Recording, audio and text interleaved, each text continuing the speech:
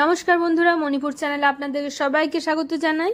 আজকে আবারও একটি নতুন রেসিপি নিয়ে চলে এসেছি, যার জন্য প্লেটের মধ্যে আমি এই উপকরণগুলো নিয়েছি। তো কি কি নিয়েছি সেটা একটু বলে দিই। পেঁয়াজ নিয়েছি দুটো বড়, নিয়েছি টমেটো নিয়েছি দুটো বড়, কাঁচা লঙ্কা, তেজপাতা, এলাচ, দারচিনি, আদা নিয়েছি, রসুন নিয়েছি 10-15টার মতন কলি, এবং কাজু নিয়েছি। আর শুকনো লঙ্কা নিয়েছি একটু রং এবং ঝালের জন্য, আর লং এলাচ তো থাকবেই সাথে। তো চলুন বাকিটা কি করি। তো এবার আমি কুকারের মধ্যে সর্ষের তেল নিচ্ছি। সর্ষের তেলের জায়গায় আপনারা কিন্তু সাদা তেল অবশ্যই করতে পারেন। আর নিয়েছি 1 চামচের মতন বাটার। তো এটা মেল্ট হতে হতে আমি এর মধ্যে সমস্ত রকম প্লেটের মধ্যে যেগুলো দেখালাম সেগুলো সব উপকরণগুলো এর মধ্যে দিয়ে দেব। এটাই তো ব্যাপার, কি বানাচ্ছি এবং কেমন করেই বা বানাচ্ছি, তাই সাথে দেখতে থাকুন। তো সবগুলো আমি দিয়ে দিয়েছি। এরপর ওপর থেকে আমি একটু দিচ্ছি ধনে পাউডার 1 চামচের মতন। 1 চামচের পর ধনে পাউডার দেওয়ার পর আমি এখানে দুধ দিচ্ছি পরিমাণ মতন, যাতে এগুলো কিন্তু ডুবো ডুবো হয় এবং আমি এটাকে সিটি দেবো, তো যাতে তলে লেগে না যায় সেরকমই। আর পরিমাণ মতন অবশ্যই লবণ দেব।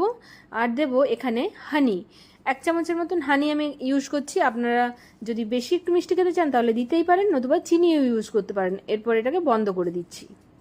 আমি গ্যাসের ফ্লেমটাকে একদম বাড়িয়ে একটা সিটি দিয়ে আরও 15 মিনিট রেখে হালকা আঁচে তারপর এটাকে সেদ্ধ করে আমি বন্ধ করেছি। দেখুন ঠান্ডা হয়ে যাওয়ার পর এটা কিন্তু ঠিক হালকা হালকা জল আছে, পুরোটা কিন্তু এটা শুকিয়ে যায়নি। এবার এটাকে আমি একটা মিক্সিং বলে নিচ্ছি। আর অবশ্যই মিক্সিং বলে নেওয়ার আগে তেজপাতাটাকে অবশ্যই বের করে দেবেন। তেজপাতাটা দেওয়ার দরকার নেই, কিন্তু বাকি সব মশলাগুলো অবশ্যই দিয়ে দেবেন। এরপর এটাকে পেস্ট করে নিলাম।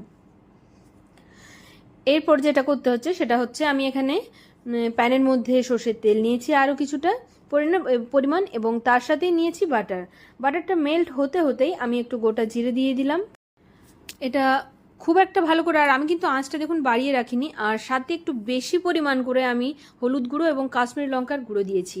আর এখানে 200 গ্রামের মতন পনির, সেটাকে আমি একটু বড় বড় করে মানে স্কোয়ার সাইজে আমি কেটে রেখেছি। এবার আমি হলুদ কাশ্মীরি লঙ্কার গুঁড়োটা ভালো করে আমি তেল এবং বাটারের সাথে মেল্ট করার সাথে সাথেই আমি পনিরগুলো দিয়ে হালকা 2 থেকে 3 মিনিটের মতন ভেজে নেব, যাতে পনিরটাও আমার সুন্দর একটা কালার চলে আসে।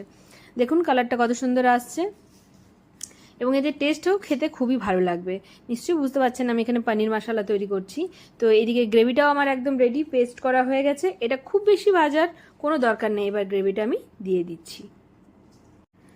পেস্ট দেওয়ার পর আমি মিক্সিং বোলটা ধুয়ে তারও একটু পরিমাণ জল দিয়ে দিলাম। খুব বেশি জল দেওয়ার প্রয়োজন নেই, এবং একটু নেড়েচেড়ে এটাকে ফুটিয়ে নিলেই হবে, কারণ এটা অলরেডি আমার বয়েলড হয়ে আছে সব কিছু। এবার ওপর থেকে আমি গরম মশলা এবং একটু কসুরি মেথি দিয়ে দিচ্ছি, যাতে আরও টেস্ট এবং স্বাদ বেশি ভালো আসে।